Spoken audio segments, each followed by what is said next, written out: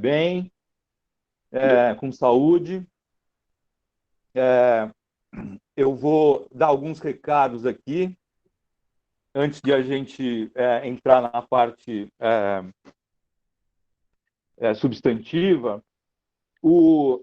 Quem ainda não recebeu, não entrou num grupo, eu peço que avise a Isabela e o Ian para entrarem, para a gente já ter os grupos formados, tá? A distribuição dos grupos é uma outra questão que a gente vai falar com vocês ao longo da semana. A respeito ainda dos grupos, a gente precisa, o primeiro grupo vai ser sobre o ISO 14001.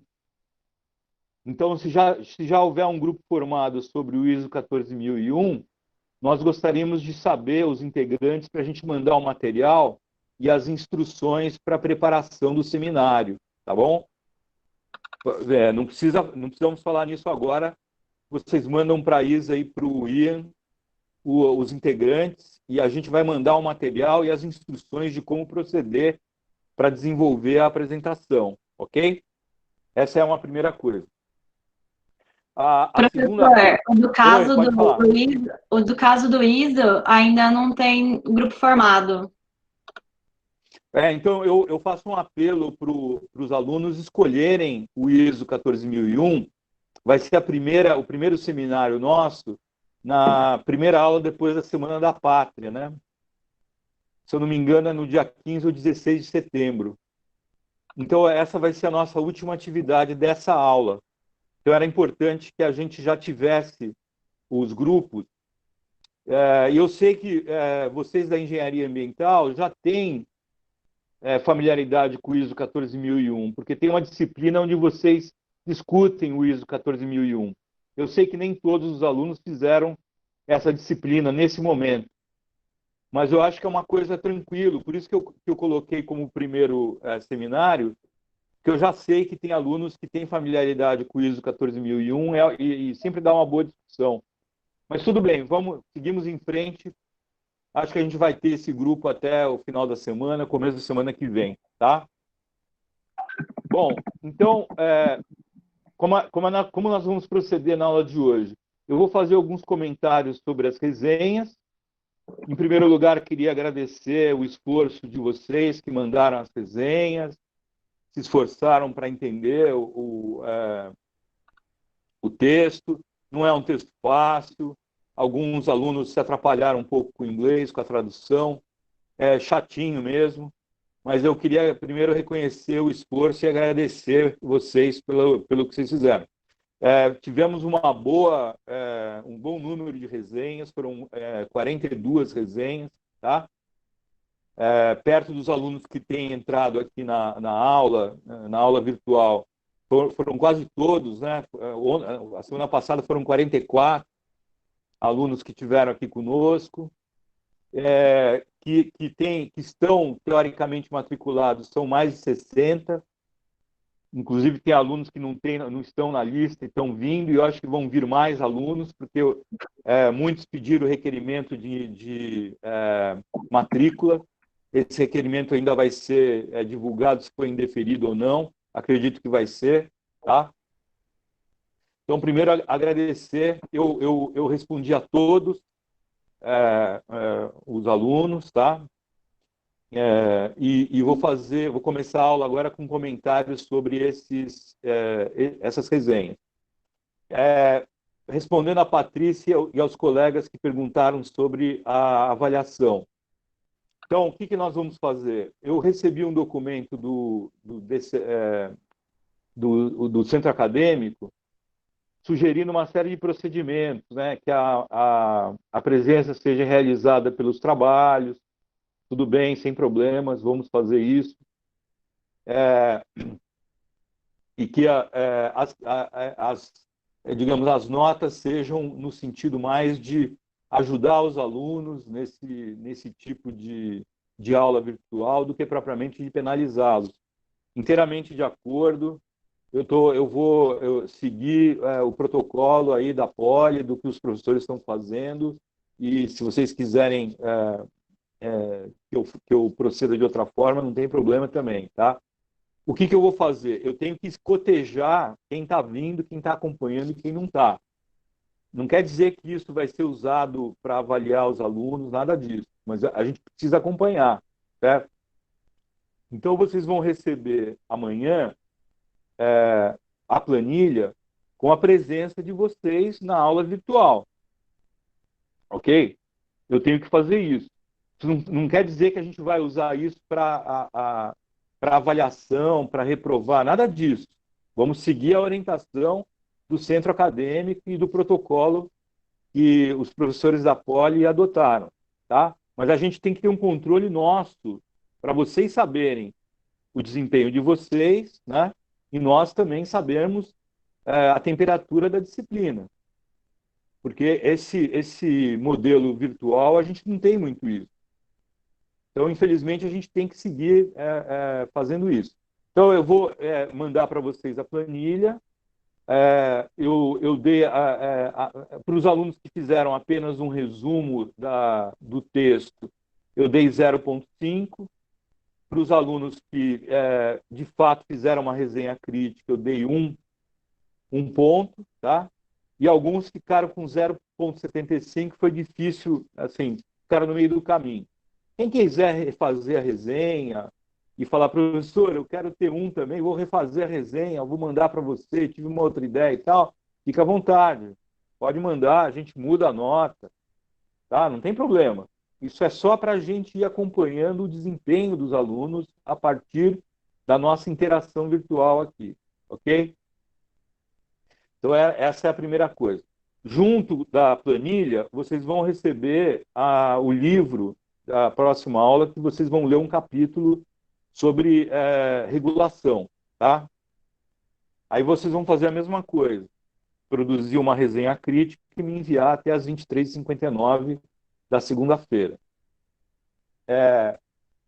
Paralelamente a esse trabalho, vocês vão fazer um exercício em grupo, que eu não sei se a gente vai fazer aqui hoje, juntos, depois dos dois procedimentos que nós vamos adotar. Primeiro, o comentário das resenhas críticas, e segundo, a apresentação do texto da governança transnacional, não exatamente para fazer uma apresentação exaustiva, porque a maioria de vocês já leu o texto, não tem sentido eu apresentar tudo de novo. Mas eu vou realçar alguns pontos do texto que tem a ver com a nossa disciplina, tá? Vai ser relativamente curto, não vou cansar vocês com essa aula. E depois a gente faria o exercício em grupo. Vamos ver se realmente faz sentido fazer o exercício em grupo. Tenho a impressão, pelo que os colegas aqui do departamento estão me reportando, é meio penoso isso, porque é um pouco demorado, é um exercício que exige um certo tempo, vocês têm que ler um texto. Então, talvez não seja o caso da gente fazer aqui nesse horário. Aí vocês façam em casa, em grupo, e enviem. A gente vai dar um prazo aí para vocês, 1 dia, 2 dias para fazerem, tá bom? Acho que até sexta-feira vocês podem mandar. E eu vou corrigir e comentar também na próxima aula. Muito bem. Dito isso, eu vou fazer agora, entrar nos comentários das resenhas. Então, assim... Professor, licença. Então, para a semana que vem, vou ter 2 exercícios, um em grupo e um individual, não é isso? Oi, Vinícius, pode falar. Então para a semana que vem, vai ter o exercício que você falou do capítulo individual e mais um em grupo, que é para a semana que vem ou para daqui a 10 dias? Como é que é? Não, esse exercício em grupo é rápido, é para vocês fazerem tipo até sexta-feira. Tá? Ah, sim. Tá, tranquilo. Tá bom? Obrigado, professor. Exatamente para não se sobrepor ao esforço da resenha crítica, que é muito importante, como vocês estão vendo, porque a gente dialoga, né? Sim. Eu falo com vocês mandam, eu respondo. Esse contato bilateral é muito importante para vocês terem o termômetro da disciplina. Tá bom. E a gente vai tirando dúvida, tá? Com certeza. Obrigado, professor. Então, o que eu vou fazer? Eu vou fazer rapidamente aqui comentários sobre as resenhas. Então, Talvez o assunto que mais apareceu nas 42 resenhas que eu recebi foi a questão se a governança transnacional ela é complementar ao Estado soberano, né, ao sistema de Estados soberanos no âmbito das relações internacionais, ou se a governança transnacional acaba competindo, né, com a autoridade do Estado. Não existe uma resposta simples para essa questão, né? Vários alunos de vocês, vários alunos foram no caminho de enxergar uma complementaridade. Então, o que é a governança transnacional? Na verdade, a produção de regras e normas por parte do setor privado, dos atores não estatais, melhor dizendo, porque não são apenas as empresas, são também o terceiro setor, os atores não estatais, podem até entrar aí as universidades, como a gente vai ver em vários estudos de caso, né? Essa produção de regras e normas, que até 20, 30 anos atrás era uma atribuição e competência exclusiva dos Estados soberanos, né? Essa produção de regras e normas, de alguma forma, substitui os estados, compete com eles, né? Ou se, na verdade, complementa as ações dos estados e das organizações internacionais. Aí, um parênteses, as organizações internacionais a gente trata aqui como, digamos, agentes dos estados soberanos. Elas não existem assim, isoladamente, né? Acima dos estados. Se você olhar as organizações internacionais, elas têm um regimento, um estatuto que foi criado pelos Estados soberanos para desempenhar alguma atividade que os Estados soberanos sozinhos não conseguem desempenhar, tá certo? Então veja o caso da Organização Mundial da Saúde na pandemia da Covid-19. Qual é o papel da Organização Mundial da Saúde? Primeiro, prover informação, centralizar a informação científica a respeito da pandemia, né? E distribuir para os Estados-membros, né?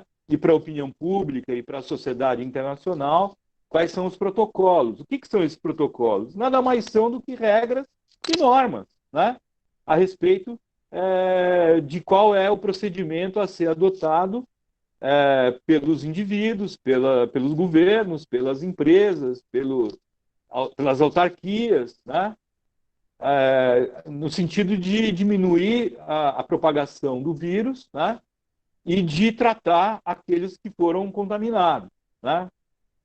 E por que eu falo isso? Porque a Organização Mundial da Saúde é a organização internacional em evidência nesse momento por conta da pandemia.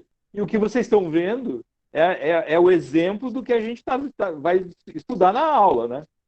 Uma organização internacional produzindo regras e normas na forma de protocolo, né? Para diminuir o contágio, né? E para o tratamento daqueles que, infelizmente, foram infectados pelo vírus, pelo SARS-CoV-2, né? Que é o vírus. A pandemia é a doença e o vírus é o SARS-CoV-2. Então, assim, esse seria, digamos, a primeira grande questão, né? Alguns alunos resolveram entrar na discussão dos ilícitos. Então, 3 alunos falaram do tráfico de drogas e da governança transnacional no tráfico de drogas. Bom, eu não tenho muita resposta aí, nada a dizer a esse respeito, porque não há estudos sobre governança transnacional e tráfico de drogas que eu conheça, né? Claro que o tráfico de drogas é uma atividade transnacional, no sentido que a gente quer, que a gente vai desenvolver aqui, mas não tem assim um objeto de estudo exatamente pela ilicitude, né, da atividade, tá?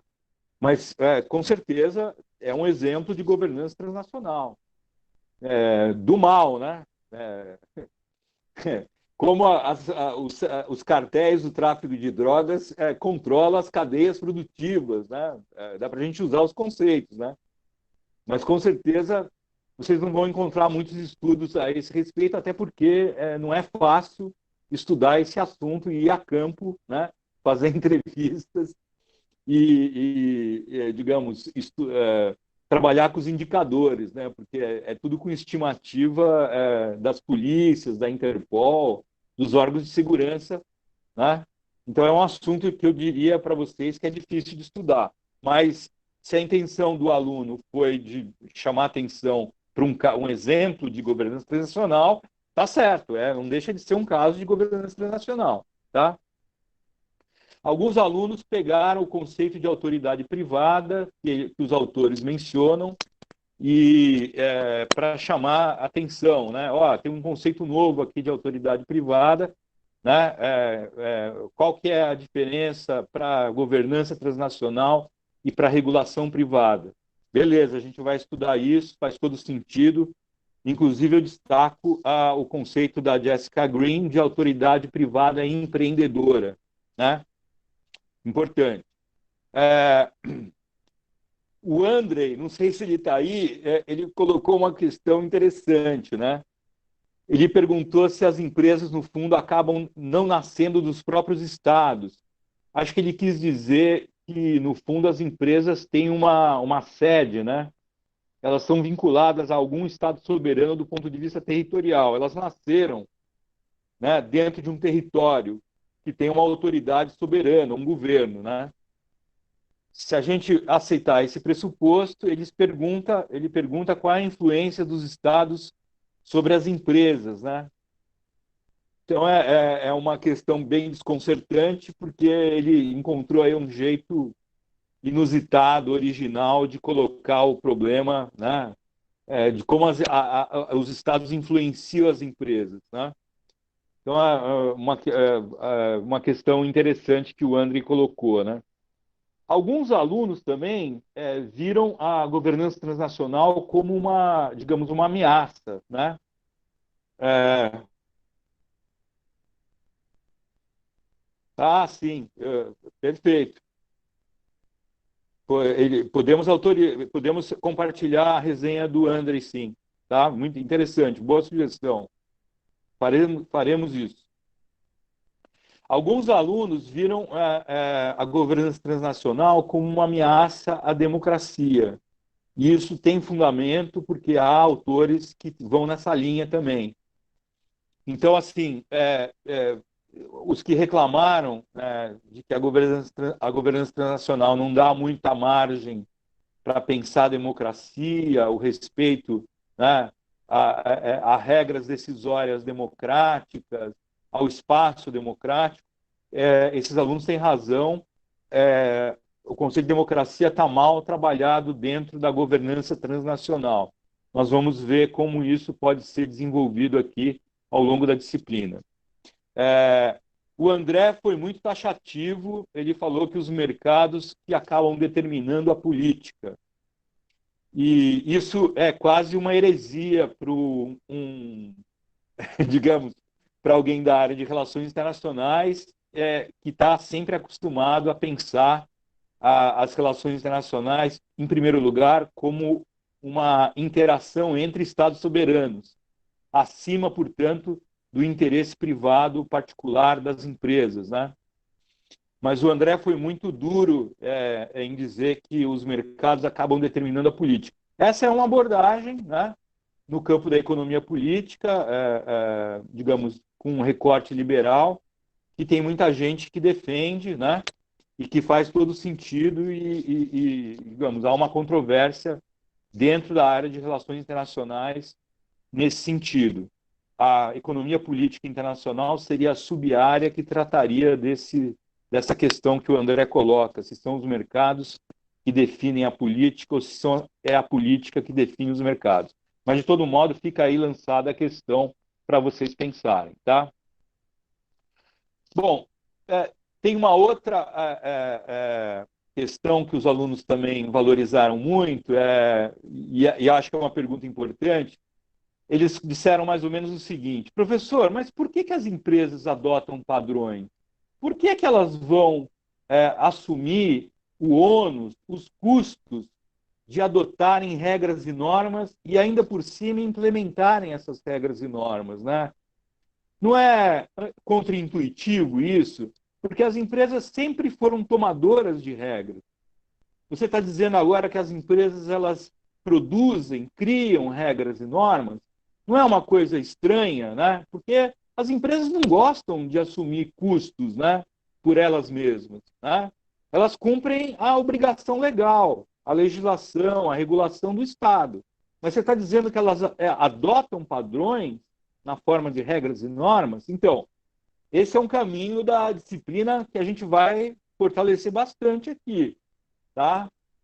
As empresas adotam, sim, regras e normas. E nós vamos ver muitos casos de setores, questões, temas onde as empresas assumem esse custo, né? A pergunta é por que elas fazem isso, né? Então, essa é uma pergunta muito importante que vários alunos viram esse caminho aí para questionar, né?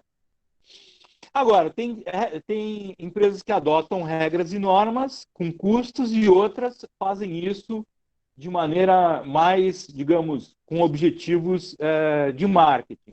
O Rock, por exemplo, lembrou o McDonald's quando anunciou que ia substituir os canudinhos de plástico por canudinhos comestíveis ou canudinhos de papel, se não me engano, né?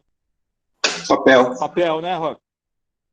Então, esse eu diria para vocês que é uma decisão que quase não envolve custo nenhum por parte do McDonald's e que permite à empresa, né, fazer um marketing e atrair o consumidor, né, dizendo que a empresa assumiu um compromisso ambiental. Qual que é a minha reação? É legítimo, não tem o McDonald's não está incorrendo em nenhuma ilegalidade ao fazer isso, pelo contrário. Acho que é uma grande cadeia, a maior cadeia do mundo de fast food, e se eles podem dar uma contribuição ambiental no plano da consciência individual de cada um, principalmente do seu consumidor, está valendo. Eu acho que é uma... Agora, não é uma decisão assim que tenha impacto e implicações profundas, né? Então, mas eu não tenho nada contra, pelo contrário, eu acho que é positivo e ajuda, né? Agora, é uma decisão assim curta, né? De baixo custo, que o McDonald's viu aí uma oportunidade de ganhar uns pontinhos em termos reputacionais junto ao seu consumidor e junto à opinião pública de maneira mais geral. É legítimo, certo? É perfeitamente legítimo. E acho que elogiável, tá correto, né? Bom, muitos alunos viram na adoção de regras e normas, principalmente em certificações e selos, uma dimensão normativa, ou seja, enxergaram aí uma questão importante que, além do interesse particular, privado, lucro das empresas, tem também a dimensão normativa. As empresas estão promovendo o bem público, né? Estão ajudando a reduzir impactos ambientais importantes nas suas cadeias de produção, né? E eu acho que é isso mesmo. E a gente vai ter que, na disciplina, separar o joio do trigo, enxergar quais as empresas que estão, de fato, fazendo isso e quais as empresas, programas, ações e políticas corporativas que não fazem isso. Estão estritamente atendendo ao interesse do acionista, né? A gente vai ver que separar isso não é uma coisa tão fácil, mas é um exercício importante da gente fazer aqui, tá? A Ana Clara fez... Às vezes eu chamo o aluno porque o aluno fez uma crítica realmente muito fora do padrão, né? A Ana Clara, ela fez uma crítica sutil à governança transnacional porque ela não viu na governança transnacional uma novidade que promova a distribuição ou a redistribuição do poder entre os países ricos, desenvolvidos, e os países em desenvolvimento, né? Não sei se a Ana Clara está aí, mas a gente também, com a autorização dela, nós Oi, Ana. Oi. Obrigado aí pela resenha. Me corrija se eu estiver falando bobagem, tá? Certo. Então, assim, eu achei curiosa a sua resenha, porque você não viu uma novidade no sentido de mudar a distribuição do poder político entre países ricos e países em desenvolvimento com a governança transnacional, né? E eu achei interessante isso, porque é uma forma original, digamos, criativa de criticar a governança transnacional. Se você quiser fazer um comentário também, por favor.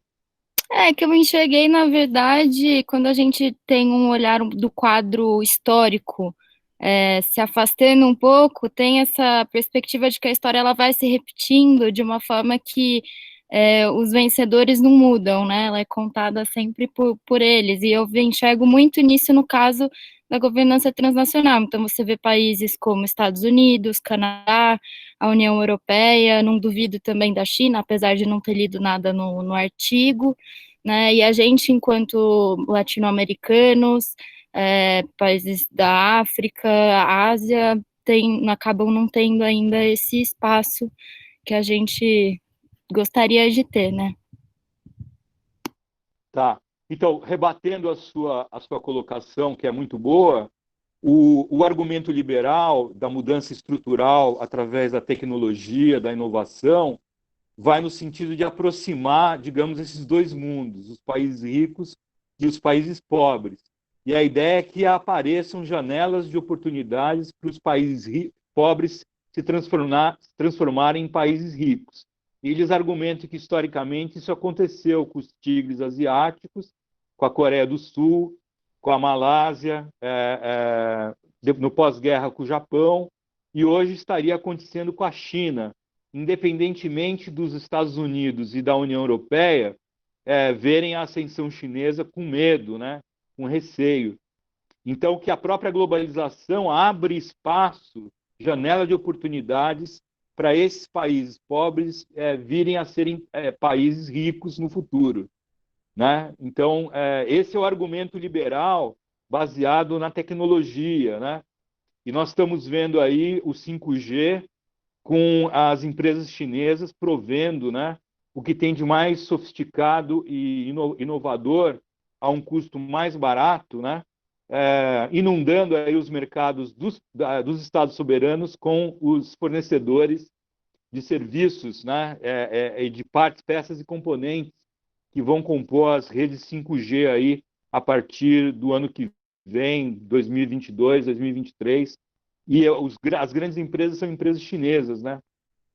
Então, assim, a pergunta que eu deixo, será que existe realmente um divisor de águas tão duro assim entre países ricos e países pobres? Ou há possibilidades de países mais pobres emergirem como potências aí num período de tempo aí de 1, 2, 3 décadas, né? Mas é só uma provocação, tá, Ana? Obrigado pela sua resenha e pela originalidade da sua colocação. E, por fim, só para a gente encerrar essa parte, a Simone, temos uma colega que trabalha com sustentabilidade no complexo da carne bovina, que não poderia ter um caso mais interessante de nós explorarmos aqui, porque pega toda essa confusão em torno da Amazônia, das queimadas, das cadeias produtivas envolvendo a carne bovina. E a carne bovina realmente é um caso muito complexo, né? Nós temos 3 empresas grandes nesse mercado, a JIF, que vocês conhecem, o Minerva e a Marfrig, né? O Marfrig. E essas 3 empresas são empresas gigantescas, né? Que foram, digamos, impulsionadas no período dos governos, dos 2 mandatos dos governos Lula, através do BNDES, né? Então, volta de novo aquela pergunta que o André fez no início, né? Puxa, como os estados nacionais influenciam essas empresas, né? No caso da cadeia da carne bovina, a gente pode dizer, sem sombra de dúvida, que o BNDES injetou recursos nessas empresas lá há 15 anos atrás e ajudaram muito elas se transformarem nas empresas gigantes globais, né, que elas são hoje.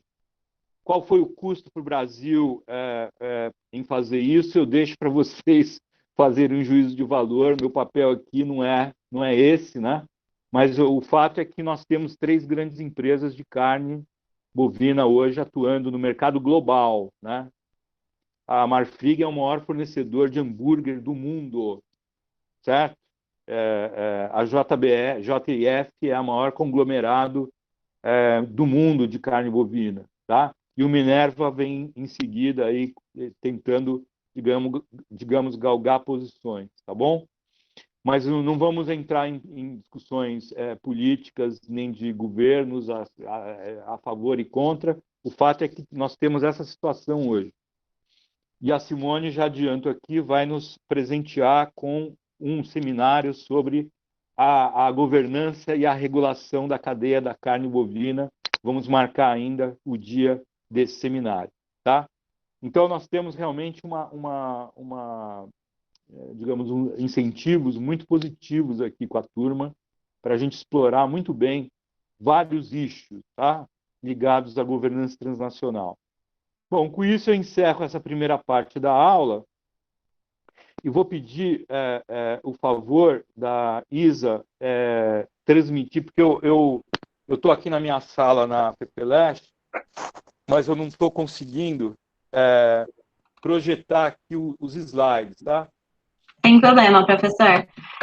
Professor, eu estou abrindo aqui o arquivo, enquanto isso, a Ana Clara fez uma pergunta.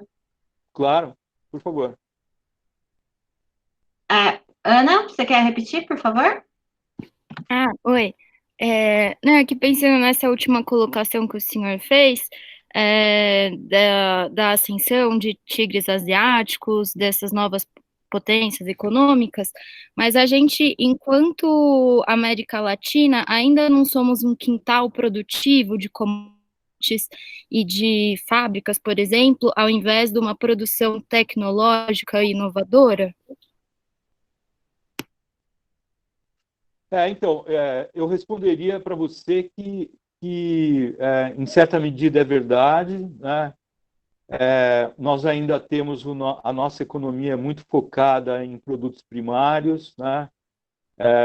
Então, a gente reproduz um pouco aquela visão de que nós somos exportadores de produtos primários, produtos de baixo valor agregado, e importadores de produtos inovadores com valor agregado tecnológico, né?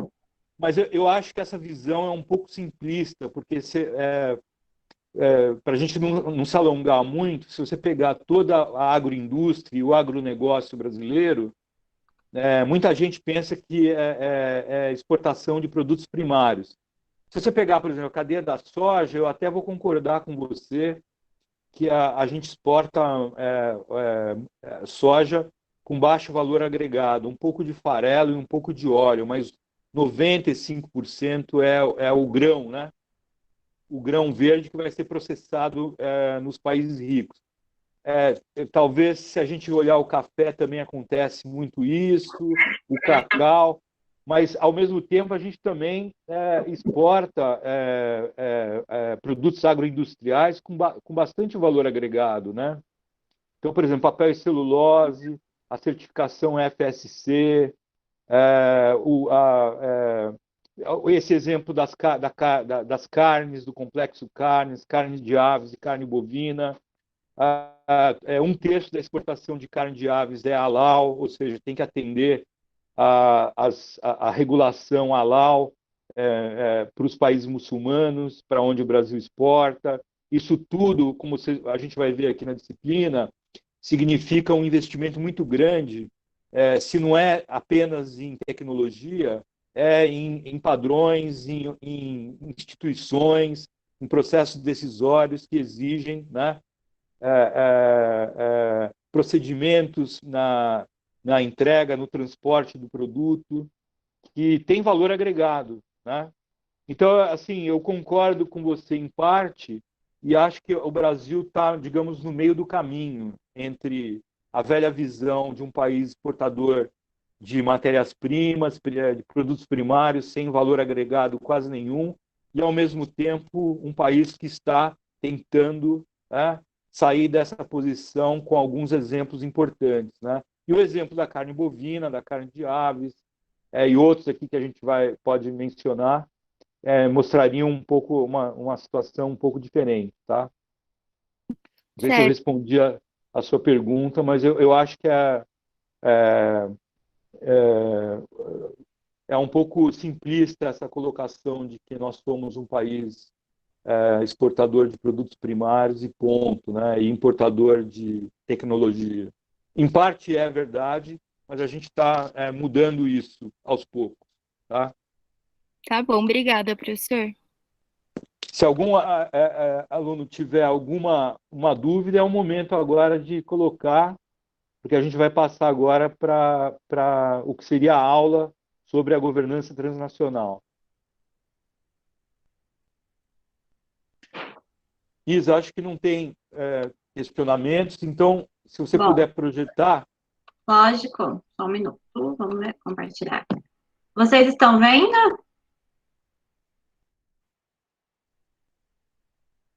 Sim, sim. Ele não está aceitando ir no outro modo. Qual outro modo? Ficar a tela cheia. Ele tá a tela cheia para vocês? Tá. No celular tá? Tá a tela cheia, sim. Ah, então tá bom, então ótimo. Pode ir para o segundo, Isa, obrigado. Por favor. Esse aqui ou o próximo? O próximo. Pronto.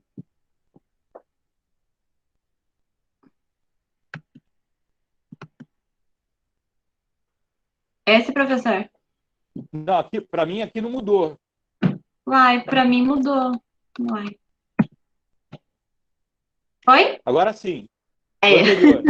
Você pulou agora. Aí. Então, vamos começar a aula de governança internacional. Veja bem, eu não vou repetir ponto a ponto o que o texto diz, porque vocês já leram, ou a grande maioria de vocês leu o texto, fez o esforço. Não tem sentido eu repetir tudo aqui, certo? Então, eu começo com uma citação de um engenheiro ambiental, que eu gostei muito, eu li no Estadão agora em julho, né? E tem muito a ver com esse início do texto, porque ele diz o seguinte, né? O principal desafio do engenheiro ambiental é atuar de uma maneira crítica e criativa, com visão no desenvolvimento da preservação, com gestão da qualidade do meio ambiente e do uso sustentável dos recursos naturais, sem perder de vista o desenvolvimento humano e econômico. Essa é uma frase do Antônio Felipe Falcão de Montalvão. Ele é um engenheiro do Centro Nacional de Controle Operacional da Petrobras e coordenador de pós-graduação em Engenharia Ambiental da Universidade Católica de Petrópolis, né? Eu não conhecia essa universidade, mas o bacana é que ele dá ele faz um insight que me corrige se eu estiver errado e se vocês não gostarem disso que eu vou falar, tá?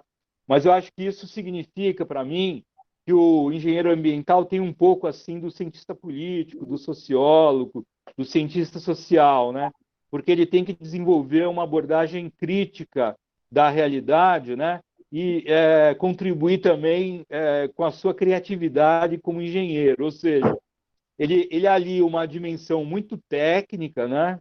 Que tem que faz parte, né? da formação do engenheiro ambiental, mas ele também desenvolve, né, aguça uma dimensão política, né, sociológica, de entender o mundo, de contextualizar, digamos, aquele padrão, aquela regra, aquela norma técnica com, digamos, a política mais ampla, né?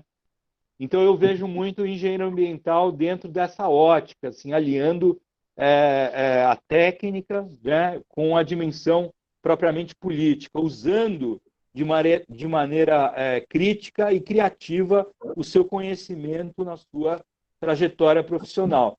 Então, eu coloquei isso para a gente abrir a aula, porque, Isa, você pode ir adiante, por favor, na próxima?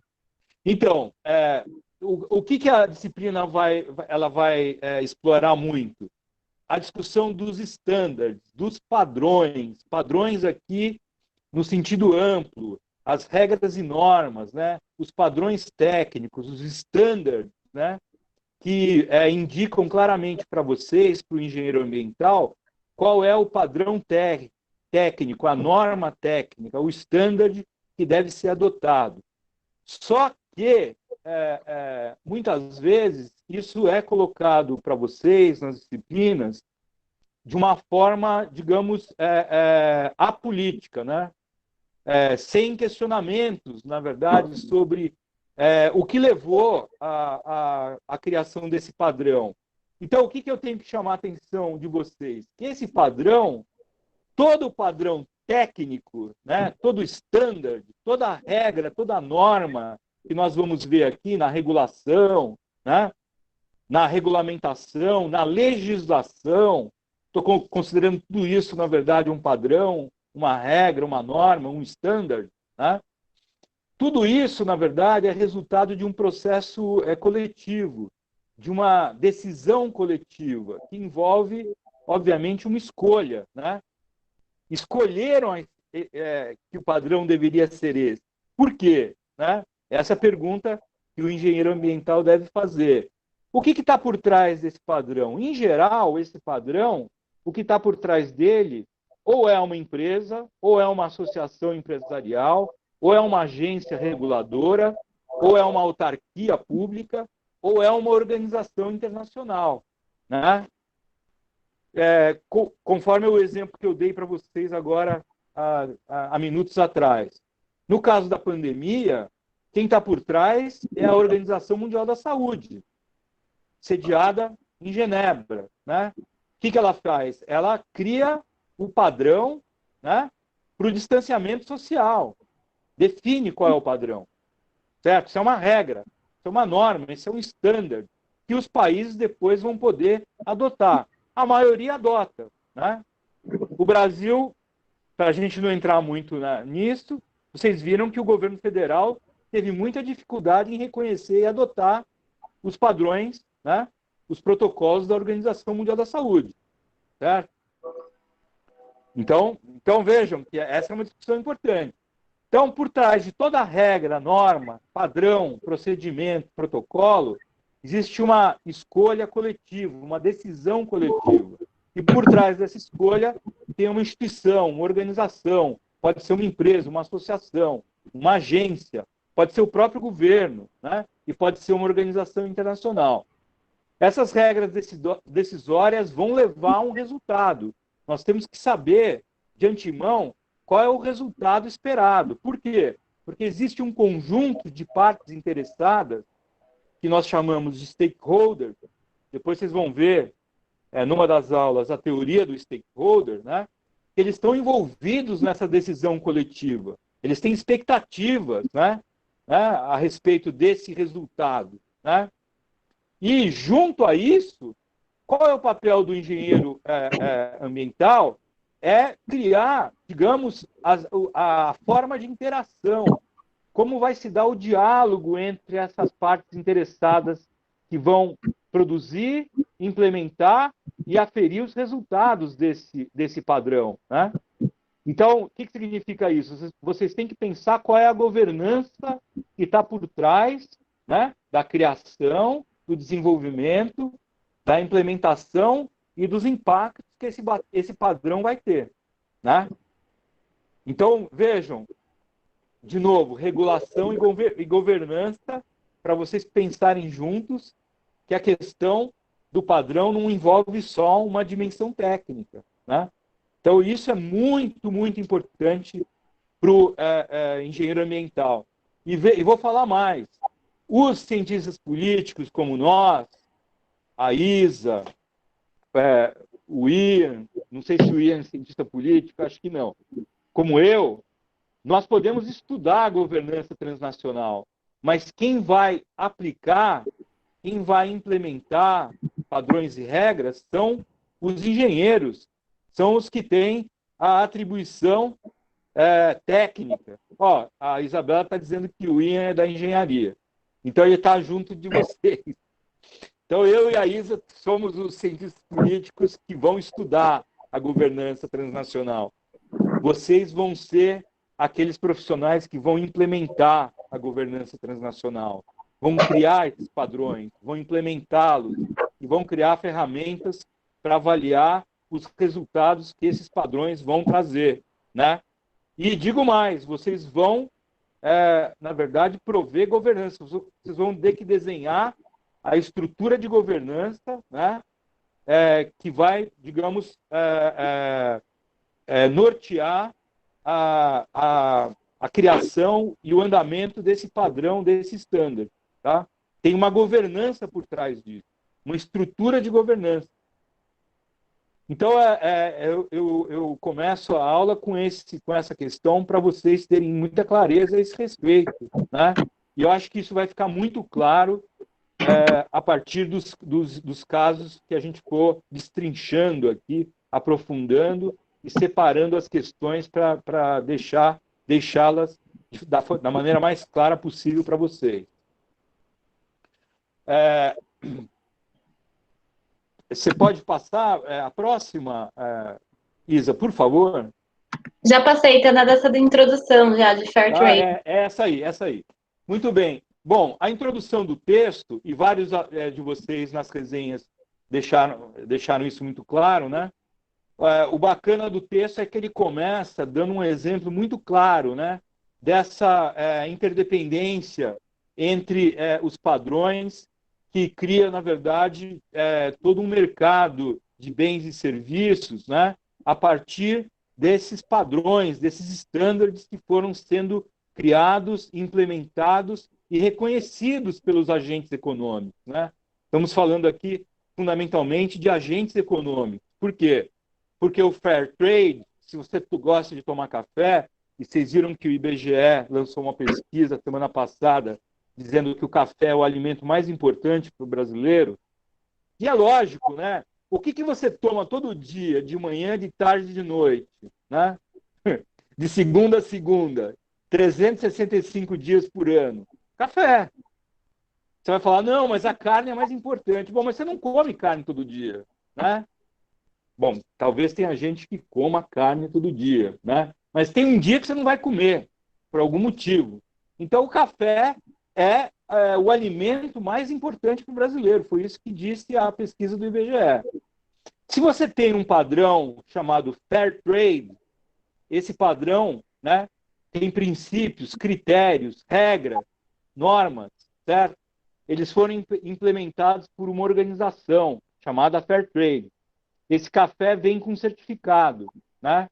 Ele é reconhecido pelo Global Gap, que é um padrão de sustentabilidade na União Europeia, certo? Se você consome esse café num copinho de papel, ele provavelmente vai ser feito com papel e celulose, com a polpa de papel e celulose, produzido por uma empresa que tem um certificado chamado FSC, Forest Stewardship Council, Conselho de Responsabilidade Florestal, né? Se você usar o cartão de crédito para comprar o seu café no Starbucks, por exemplo, você vai descobrir que o cartão de crédito é padronizado no mundo todo por uma norma ISO, né? E o ISO, vocês vão ver que é uma organização internacional criada no pós-guerra exatamente para padronizar esse tipo de produto e facilitar o comércio internacional, né? O ISO é o produtor do ISO 9000, padrão de qualidade, e do ISO 14001, a família dos ISOs que produz normas para gestão ambiental do setor privado, principalmente das empresas, né? Bom, se você usa o cartão de crédito, né, e o teu café foi torrefado, né, quem fez a torrefação foi uma empresa torrefadora, né, ela provavelmente tem o ISO 9001, que é o padrão de qualidade, né, para torrefação de café. Se ela foi exportada e importada, se o café foi exportado e importado, ele usou um container cujas medidas foram definidas pelo International Container Bureau, tá? Que é um padrão, né, de medidas para os containers terem todas as mesmas medidas e poderem ser digamos, carregados e descarregados nos portos, né, onde os navios atracam, certo? Porque 90% do comércio internacional é feito por navios, viu, gente? Não sei se vocês sabiam disso. O pessoal pensa que é por avião, não. As aeronaves transportam apenas 10% do comércio internacional. Bom, se você pagou a compra do café fazendo uma transferência de um ativo financeiro, você usou um padrão que é o International Accounting Standard Board, tá? Esse padrão te dá um código SWIFT, né? Que é um padrão criado pelo Society of Worldwide Interbank Financial Telecommunication. Se vocês forem mandar dinheiro para o exterior, ou se forem receber dinheiro do exterior, como é muito comum a gente na universidade, né? Você tem que ir ao banco mandar o teu código SWIFT para o emissor da ordem de pagamento no exterior poder fazer o pagamento. Senão o banco não reconhece a ordem de pagamento e você não recebe dinheiro. Tudo isso são exemplos do texto do Rogers e do Verne, né?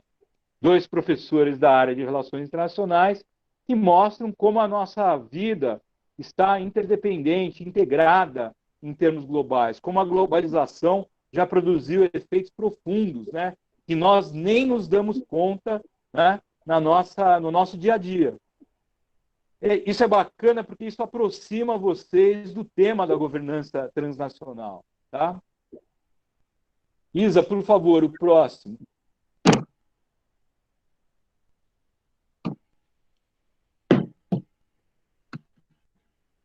Pronto. Então, entrando especificamente, como eu falei, eu não vou gastar muito tempo para falar do texto que vocês já leram, mas só de maneira mais rigorosa, colocar para vocês o seguinte.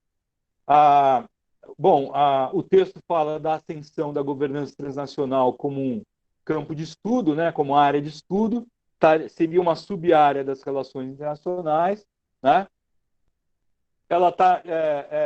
O texto está dividido numa introdução com casos concretos, como nós vimos, quais foram as origens da governança transnacional em relações internacionais, a ascensão, digamos, dessa área do conhecimento, né, da governança transnacional, e depois a emergência da governança internacional, a seleção, né, as escolhas das regras transnacionais e a adoção, né, dessas regras, o compliance, né, e os efeitos do compliance com as regras transnacionais, né?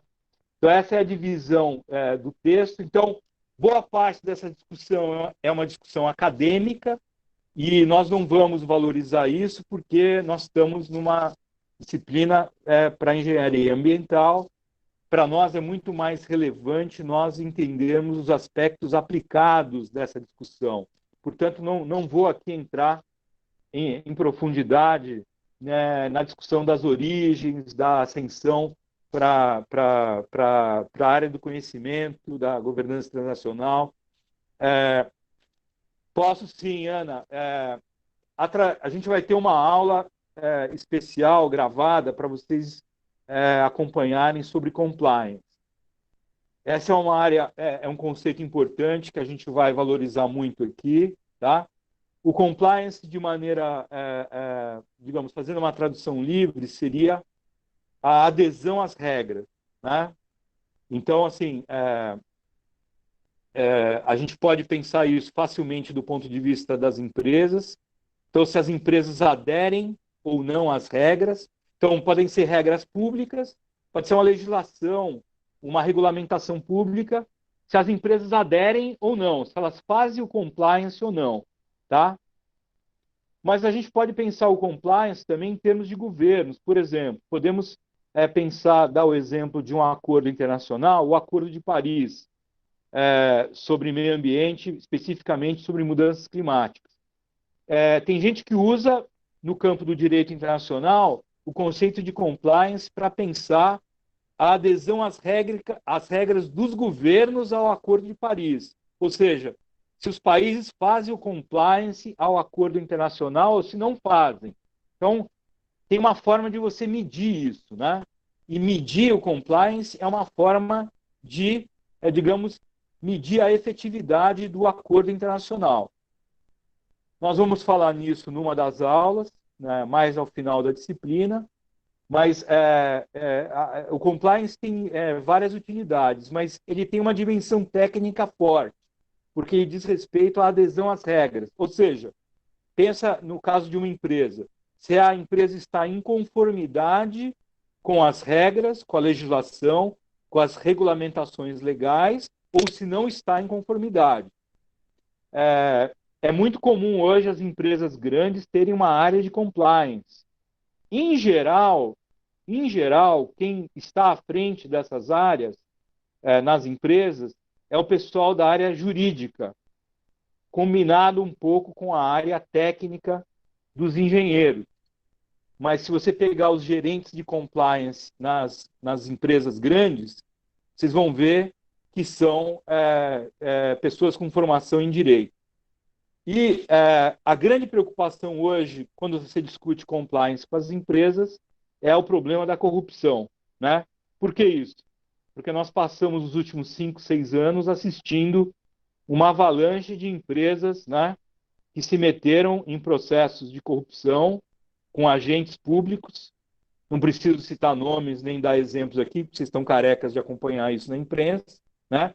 E isso fez as empresas criarem áreas de compliance, a começar pela Petrobras, né, pelas empresas públicas, que foram as mais, digamos, penalizadas com isso, mas as empresas privadas todas têm áreas de compliance, todas as empresas de carne bovina hoje trabalham com áreas de compliance, a Simone pode falar isso com mais propriedade do que eu, né?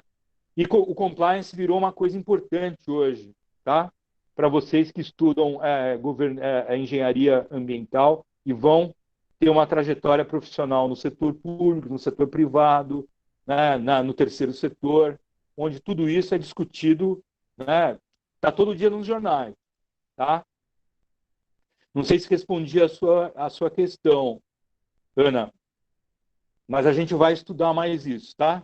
Vocês vão ter uma aula sobre compliance. Eu vou indicar literatura, bibliografia, para vocês se aprofundarem, aqueles que quiserem se aprofundarem no conceito de compliance.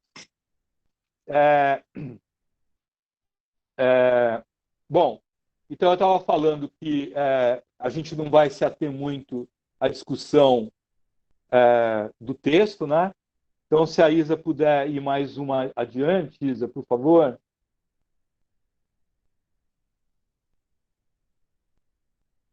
Então, aqui é importante. Vários de vocês mencionaram isso, esse tema na resenha, tá? Só para organizar melhor a nossa cabeça aqui, para a gente poder deixar tudo bem organizadinho, porque o segredo dessas aulas virtuais e de a gente acompanhar direitinho o andamento da disciplina, das aulas, das atividades, né, fora do horário de aula, é vocês terem tudo muito organizadinho na cabeça, tá? Então, meu papel aqui é prover essa organização, deixar tudo muito claro para vocês saberem exatamente o que a gente está discutindo. Então, em relação à emergência da governança transnacional, tem duas grandes, digamos, abordagens, que muitos de vocês mencionaram nas resenhas, né? A primeira delas, essa que eu já falei aqui, respondendo a vocês que fizeram perguntas, né? Digamos, a governança transnacional tem a ver com mudanças na economia global, né? Com a própria globalização, né? Com a redução nos custos de transação. Depois a gente vai entrar melhor nesse conceito de custo de transação, mas, assim, aqui para nós, nesse momento, seriam os custos que não são custos de produção. Seriam custos que envolveriam, por exemplo, o transporte, a comunicação, né? Os custos que foram reduzidos no caso da telefonia, os custos de transporte. e a globalização é um incentivo a essa mudança estrutural na economia internacional. Por que eu estou falando isso? Porque exatamente esse é uma abordagem que vai explicar por que as empresas assumiram, se comprometeram à criação de regras e normas. Então, de novo, vou bater nessa tecla de novo, tá? É contraintuitivo na literatura de economia, né, e de ciência política que as empresas sejam produtoras de regras e normas. Em geral, né, até 20 anos atrás, elas eram tomadoras de regras e normas. O que elas faziam? Elas faziam o compliance daquilo que os governos, né, diziam que elas deviam fazer. Através do quê? Através de legislações, de regulamentações, de regulações, certo? Então, por que as empresas, então, se meteram a produzir regras e normas? Essa abordagem da globalização e da economia globalizada vai dizer que ficou mais barato para elas, né, começarem a produzir regras e normas e proverem governança. Em que arena? Na arena transnacional. Por quê? Porque elas enxergam uma vantagem competitiva em fazer isso. Então, voltamos de novo àquele exemplo do 5G que nós falamos. Por que a China está ascendendo enquanto nação e potência? Porque ela tem inovação tecnológica. Ela tem as empresas que produziram partes e peças e componentes, sistemas, para prover as empresas de telefonia que vão distribuir o 5G no mundo, né? Então, isso é importante. Essa abordagem é importante porque ela vai, digamos, explicar, afinal de contas, por que as empresas fazem isso. Mas tem uma segunda abordagem também, microeconômica, tá? Que aí nós vamos pegar a empresa X ou Y e tentar entender por que ela resolve voluntariamente, né, criar um padrão, criar regras e normas, né?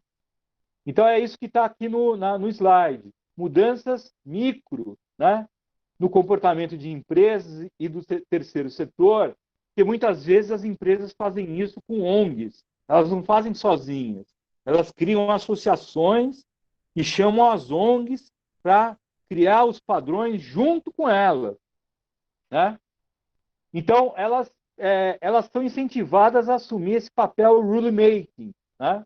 Ou seja, produtores de regras e normas e de padrões, certo? Então, em vermelho ficam essas perguntas para vocês martelarem isso na cabeça de vocês. O que significa as empresas produzirem e implementarem regras e normas, né? Isso não é uma atribuição dos governos? Por que as empresas se meteram nisso? O que elas ganham com isso? Quais são os impactos disso, né? Elas fazem isso sozinhas ou com outros atores? Que impacto isso traz para os governos?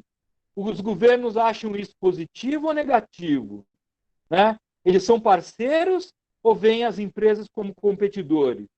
Então, são perguntas que a gente vai ter que tentar responder ao longo da disciplina, né? Então, é uma pergunta mesmo contraintuitiva. Como explicar que as empresas voluntariamente tomam a decisão de assumir um custo sobre elas mesmas para a adoção de uma regra, de uma norma, de um padrão? Por que elas fazem isso se elas vão ter um custo, né, em criar o padrão, em implementar o padrão, em prover governança com as ONGs, em chamar outras empresas e criar uma associação? Por que elas fazem isso? É uma pergunta muito importante para vocês fazerem. O colega de vocês que falou do canudinho do McDonald's deu um exemplo que é relativamente fácil de responder. Professor, o McDonald's adotou o canudinho de papel por marketing. Pronto, está respondido. Esse é um caso fácil de responder, né? Mas e o caso da Marfrig, que resolveu criar um padrão e implementar esse padrão em toda a cadeia produtiva da carne bovina? Será que é uma decisão cujo custo é pequeno? Não é. O custo é altíssimo. Mas por que o Marfrig resolveu fazer isso? Pois é, essa é uma pergunta que a Simone vai responder para a gente no dia da apresentação do seminário. Certo? Então é isso, gente. Vamos, espero que tenha ficado claro, porque esse é um momento muito chave da nossa disciplina. Tá? Seguindo o slide seguinte, né? Bom, vocês falaram sobre isso também, ficou claro, né? Tem duas abordagens sobre o significado, o impacto e as implicações da governança transnacional. Uma é benigna, são aqueles alunos que viram que as empresas podem, na verdade, complementar as ações dos estados, e os argumentos são muito bons e muitos, né? Professor, é fácil de explicar isso. A tecnologia implica que os custos para os estados se envolverem na criação de padrões seja cada vez mais elevado. Então, é muito melhor as empresas criarem esses padrões e os estados assumirem esses padrões. Olha o exemplo perfeito do Facebook com as fake news. É tão complexo os estados vigiarem, né, acompanharem o que essas redes sociais estão fazendo, que é melhor obrigar as redes sociais a criarem os seus próprios protocolos e os estados, as agências estatais, vão desenvolver, digamos, a regulação para acompanhar a regulação privada.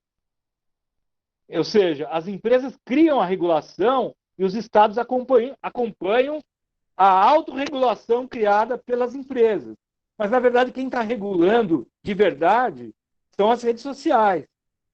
Elas que vão dizer o que é e o que não é fake news. E a agência pública vai acompanhar e estudar isso. Mas não é a agência pública que vai dizer para o Facebook o que é fake news. Porque não tem uma autoridade pública que conheça a fundo como se dá o endereçamento, né, os bots para multiplicar coletivamente as fake news. Então veja que aí você tem um argumento fortíssimo para aqueles que acham que a governança privada, né, principalmente a governança transnacional privada, aquela que tem origem, né, nas empresas, os estados não têm mais como acompanhar por causa da capacidade de inovação tecnológica. As empresas foram longe demais. Os governos não conseguem mais acompanhar isso, né? Então você tem que criar uma regulação paralela, uma autorregulação e uma regulação pública para acompanhar a regulação privada, né? A gente vai estudar bastante isso quando a gente falar de fake news, tá? Mas é um exemplo excelente para defender aqueles que acham que a regulação transnacional privada, né, ela vai complementar a atuação dos estados. Mas tem aqueles alunos também que falaram várias vezes nas resenhas que a governança transnacional tem uma dimensão maligna, né? Como isso que foi dito aqui, por exemplo, pela Ana. As empresas multinacionais dos países desenvolvidos vão usar a governança transnacional para capturar o valor. Quem tem condições de regular são as empresas dos países ricos, em parceria com seus governos, né?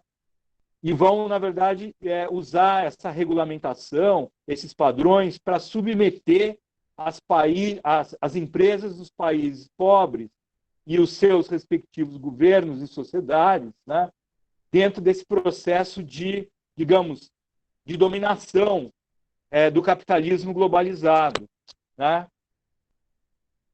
E para aqueles que acham que haveria uma saída se esse processo valorizasse a democracia transnacional, a democracia global, na verdade, essa governança transnacional não vai dar espaço para isso, não vai ser democrática, né? Não vai alargar os espaços de participação das empresas dos países pobres, da sociedade civil, das ONGs dos países pobres. Elas não vão ter espaço, né? Porque os países ricos e as empresas dos países desenvolvidos vão saber fazer isso, né? E manter, digamos, um sistema de dominação global desse capitalismo elitista, né? Que, por sua vez, vejam, esses alunos vão mais longe, vão dizer o seguinte: professor, veja o que aconteceu com a crise global de 2008 e agora com a pandemia. O que está acontecendo? Os países estão se fechando, está em emergência um novo populismo, né? Em alguns países de extrema direita, em outros de esquerda, né? Que estão dizendo exatamente isso. Olha o que esse capitalismo globalizado fez. Produziu uma elite globalizada de empresas e governos, né? Super elitista, né? Transnacional, que não respeita a democracia, não respeita a vontade soberana dos países, não respeita, né, a identidade nacional desses países e quer passar um rolo compressor em cima de todo mundo, né? Veja como esses argumentos são fortes. O Viktor Orbán na Hungria, o Trump nos Estados Unidos, em parte no Reino Unido, né? O Boris Johnson, em parte um pouco essa agenda do governo brasileiro, né? De olhar com desconfiança para tudo que vem da globalização, né? Essa afirmação nacionalista dos valores conservadores, em certa medida é uma resposta a tudo isso, né? Veja, eu estou colocando tudo isso para provocar vocês, tá? Não estou tomando posição A ou B, só está tentando manter a acuidade analítica a partir dessas duas abordagens, tá? Vocês fiquem à vontade para contrapor e se colocar contra isso que eu falei. Fiquem tranquilos. Se quiserem, podem falar à vontade.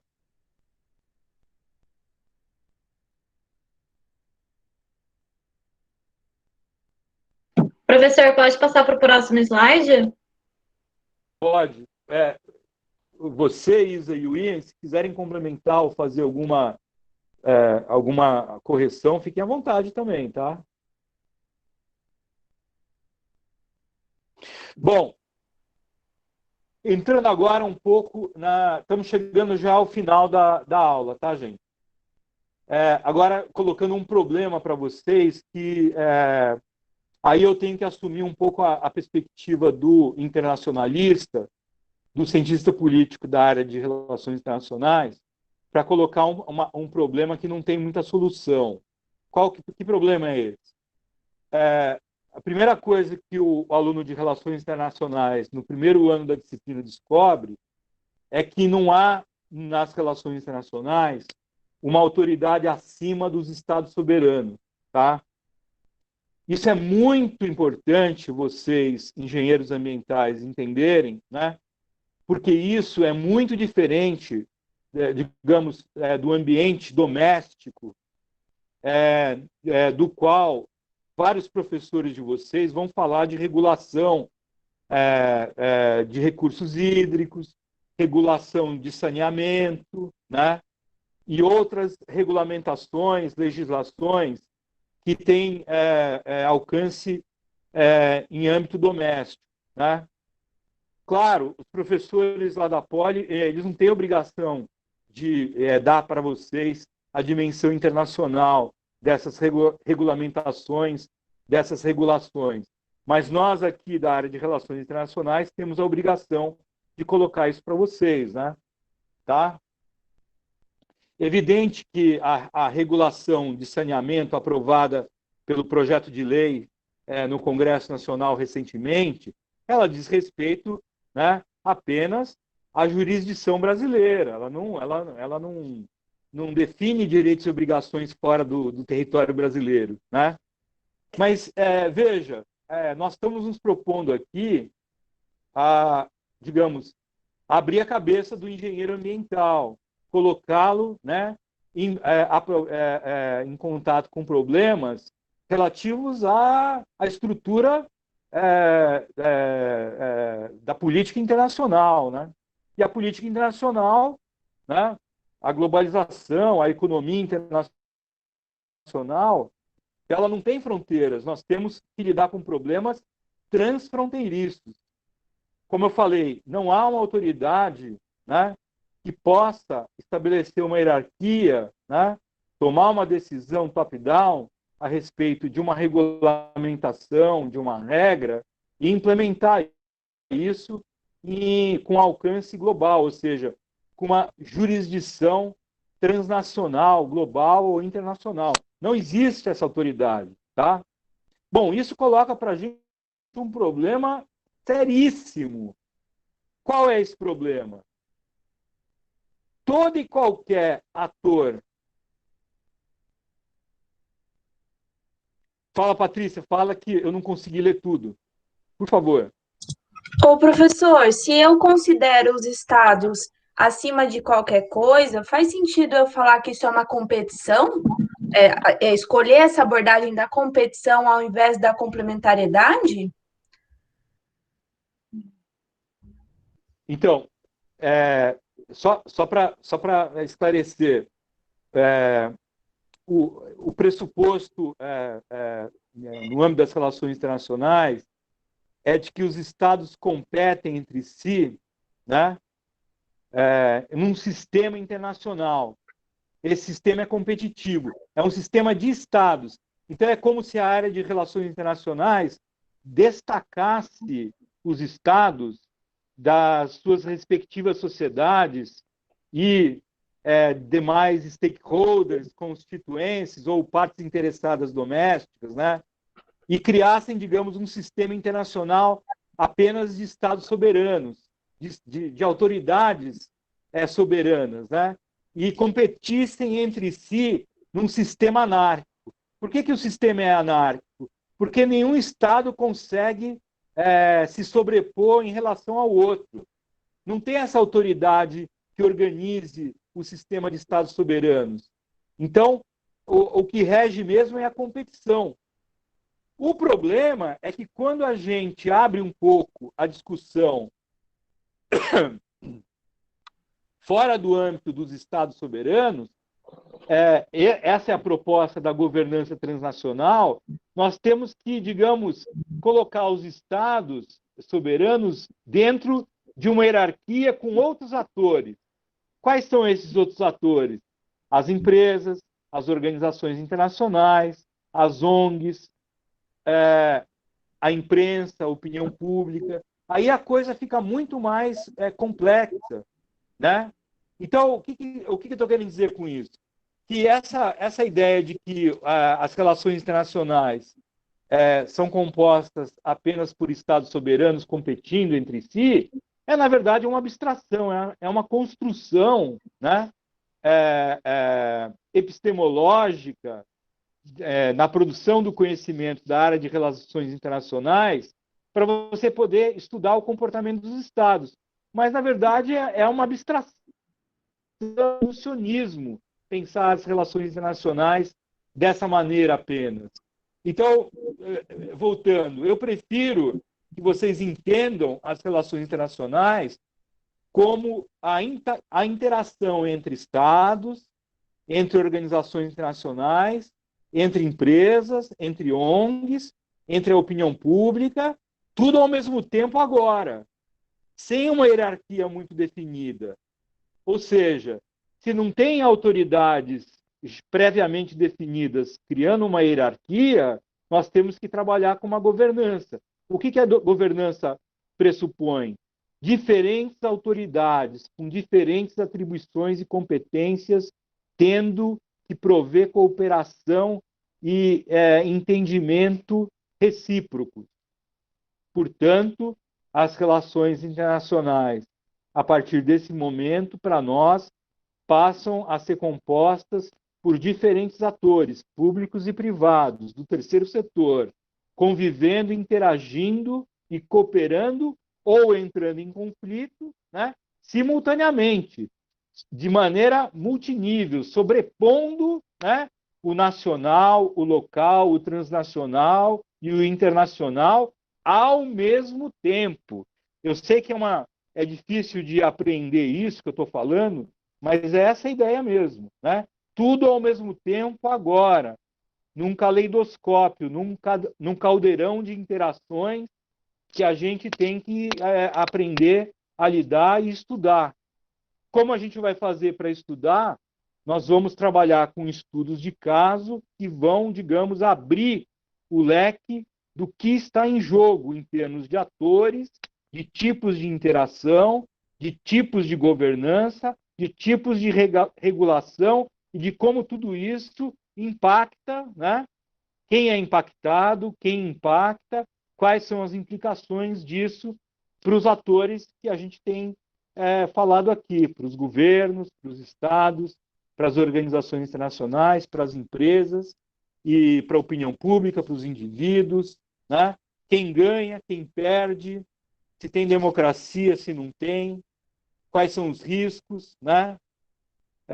Qual é o impacto, enfim.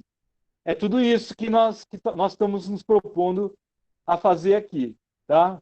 Então, voltando ao slide, o problema: não há autoridade acima dos Estados soberanos. As organizações internacionais resolvem? Não resolvem, porque elas são, na verdade, agentes dos Estados soberanos, com atribuições e competências muito bem definidas, né? Muito bem definidas. O FMI cuida do balanço de pagamentos dos países endividados, o Banco Mundial cuida do desenvolvimento de longo prazo, né, desses países, dos países pobres, através de empréstimos, né? A Organização Mundial da Saúde cuida das pandemias e dos protocolos, da criação de regras e normas. A Organização Mundial do Comércio cuida dos padrões para dar isonomia aos agentes econômicos na exportação e na importação de bens e serviços, certo? As Nações Unidas, através das suas agências, ou melhor dizendo, as Nações Unidas, através do Conselho de Segurança, cuida dos conflitos interestatais, ou seja, aqueles conflitos que envolvem governos, né? Através de um processo decisório muito peculiar, que são, né, os 5 membros lá permanentes, que foram os 5 membros que venceram a Segunda Guerra Mundial, que estão ali sentados no Conselho de Segurança, né, e que têm o poder de veto, o famoso poder de veto. Todos os temas relativos à paz e à guerra são encaminhados ao Conselho de Segurança das Nações Unidas, né, para que se tome uma decisão no sentido de resolver esses conflitos, certo? Então, você tem as Nações Unidas com diferentes agências para resolver conflitos e temas, issues específicos, né? Existe um modelo intergovernamental multilateral para o processo de tomada de decisão. É verdade, existe. É esse modelo que produziu o Acordo de Paris, né? Onde os governos sentaram ali em 2015 para tomar decisões a respeito da mudança climática e da redução de emissões de gás de efeito estufa, certo? Mas é um modelo muito limitado, porque são apenas os governos, através de seus diplomatas e representantes do poder executivo, que tomam decisões, né? Ele é muito limitado porque ele não dá mais conta da globalização e da governança transnacional, como nós estamos vendo aqui com os exemplos que nós demos desde o início da disciplina, né? Então, eu deixo para vocês, a governança transnacional é um caminho, pelo menos do ponto de vista analítico, é um caminho que abre o leque de possibilidades, porque traz mais atores, nos obriga a pensar quem produz as regras e normas, quem as implementa, quais são os impactos, né? E nós colocamos os governos junto com as empresas.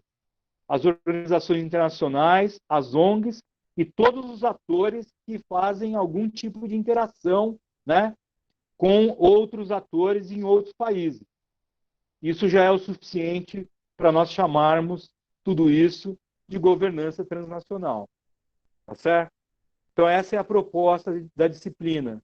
O que vocês leram no artigo, as resenhas que vocês fizeram e, digamos, aludiram a dimensões da governança transnacional, né? E o que nós vamos fazer aqui, seguindo o próximo slide, Isa, por favor? O que nós vamos fazer aqui ao longo do semestre todo? Né?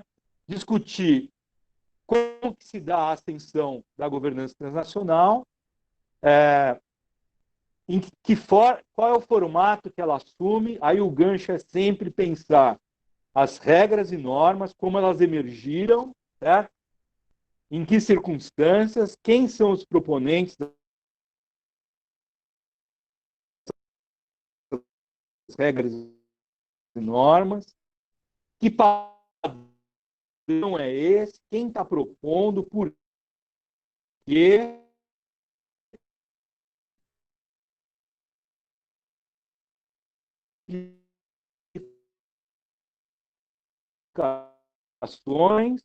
como se dá a governança disso, né? E caso, não grande, ou seja, nacional, não importa, tem caso, porque isso que vai ajudar vocês a pensarem a trajetória profissional de vocês, a aliar a dimensão política com a dimensão técnica, né? Dentro, digamos, de um ambiente profissional que vocês já estão inseridos ou que vocês vão se inserir em diante.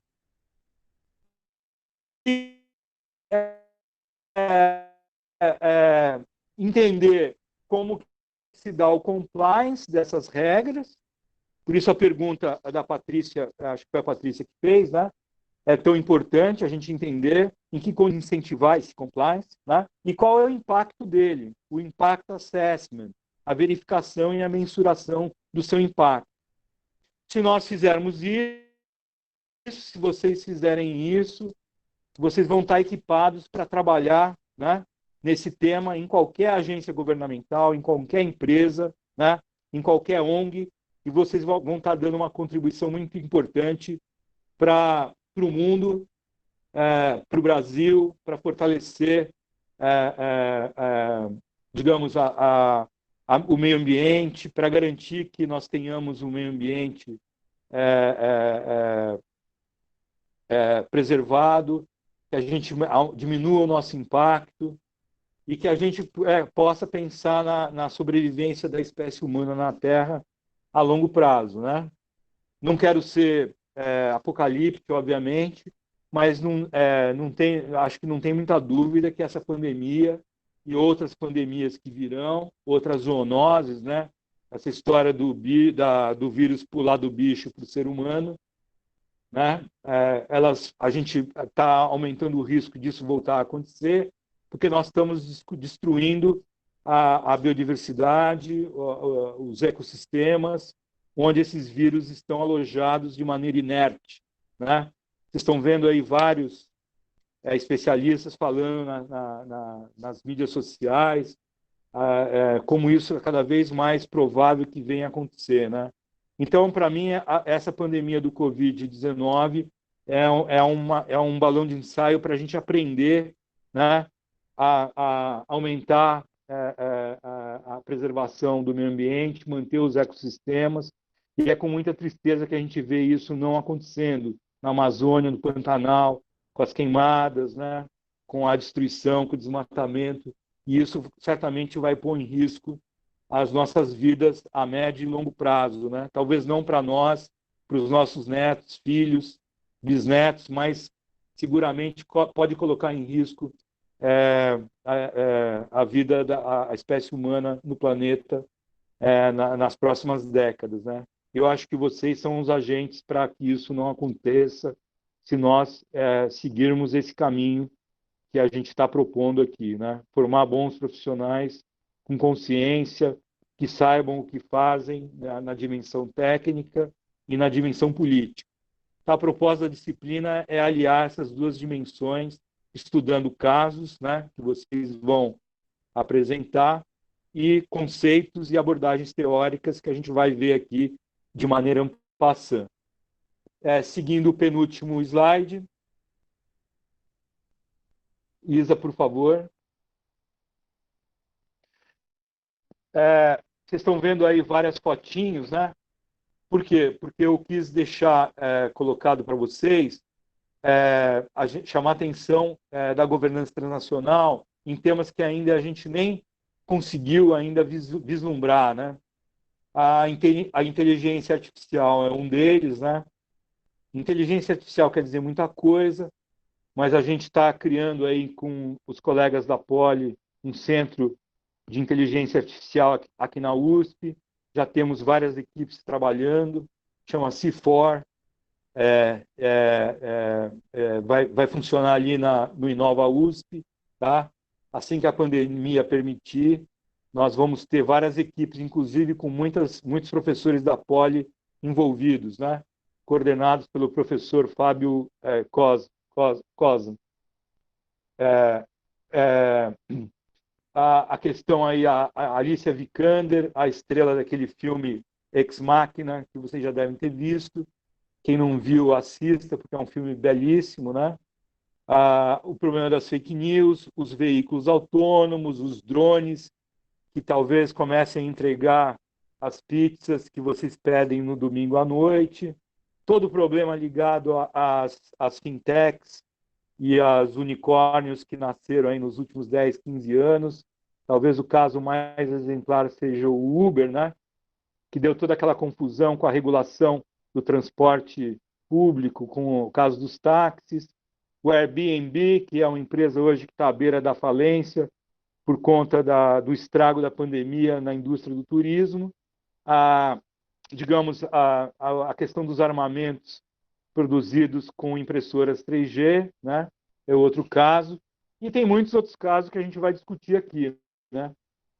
Então, eu deixei aqui essa questão da tecnologia e da inovação como ponto para vocês pensarem sempre a regulação e a governança desses temas, né? E agora,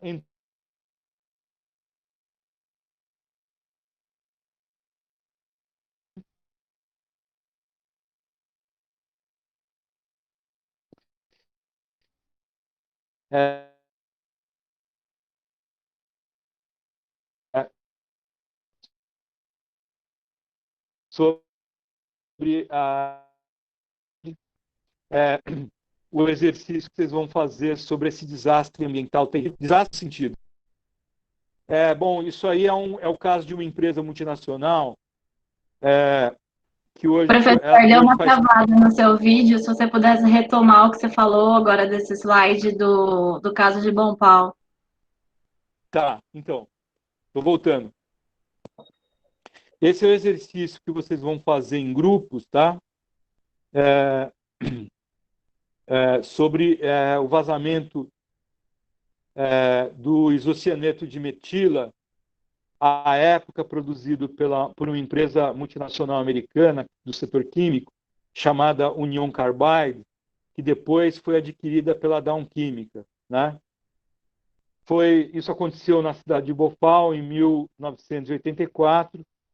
Foi um dos grandes desastres ambientais que a humanidade presenciou nos últimos 30 anos.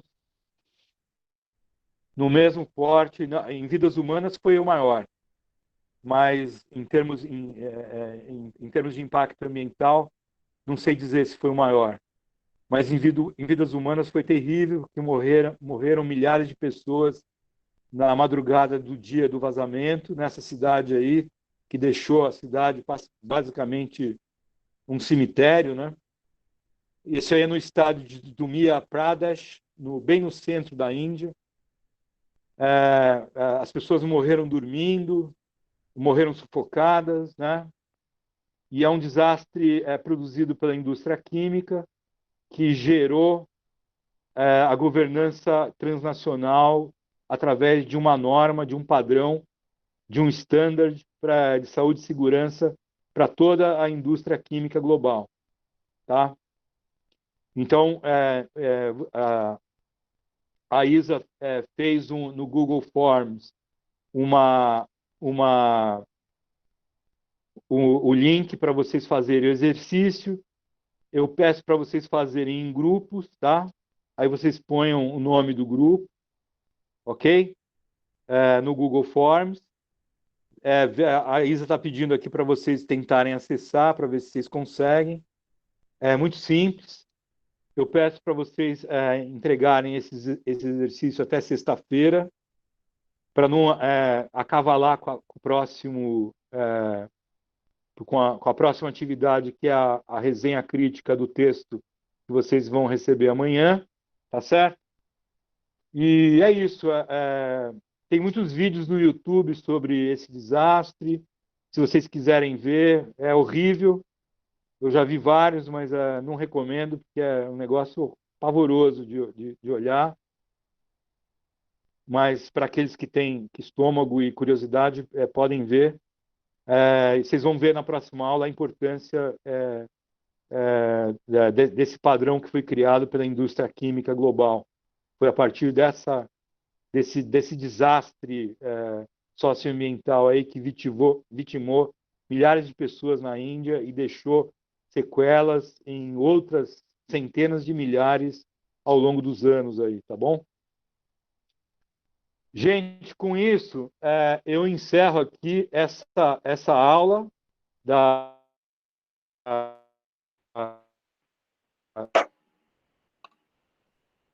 sobre governança transnacional. Ela está gravada, eu espero que eu tenha sido bem didático. Como eu falei, eu fiz tudo isso aqui para deixar tudo bem organizado, para vocês entenderem conceito a conceito.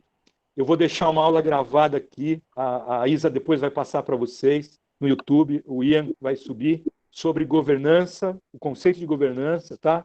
Eu não gravei ela ainda, eu gravei só o áudio, que eu acho que a Isa e o Ian já colocaram para vocês no grupo de WhatsApp.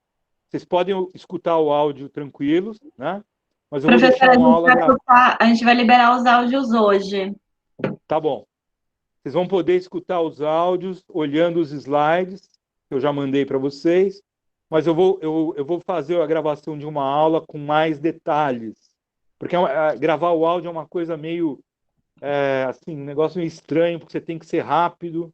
Então não deu para eu entrar. Eu vou gravar uma aula aqui de uns 40 minutos, com bastante exemplo, assim, sobre governança, que vai ser muito útil para vocês, tá?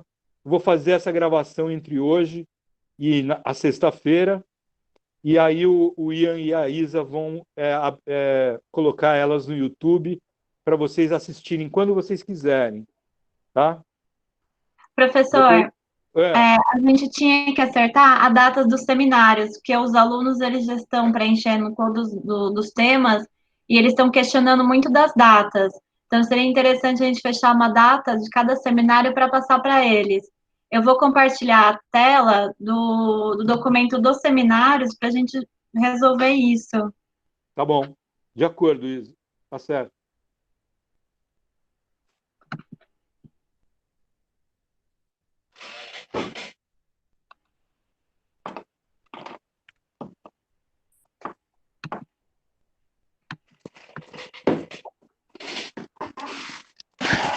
Bom, vocês estão vendo? Alguém só me responde no e-mail se vocês estão vendo já da planilha do documento.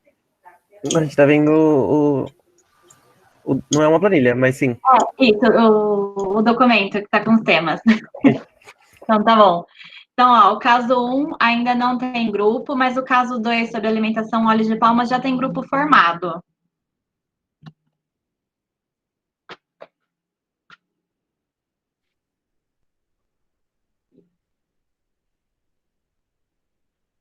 Professor, que data que a gente poderia fazer desse do caso 2?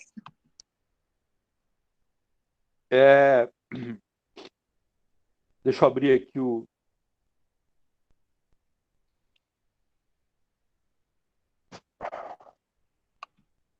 Deixa eu só abrir o programa aqui, porque aí eu consigo ver.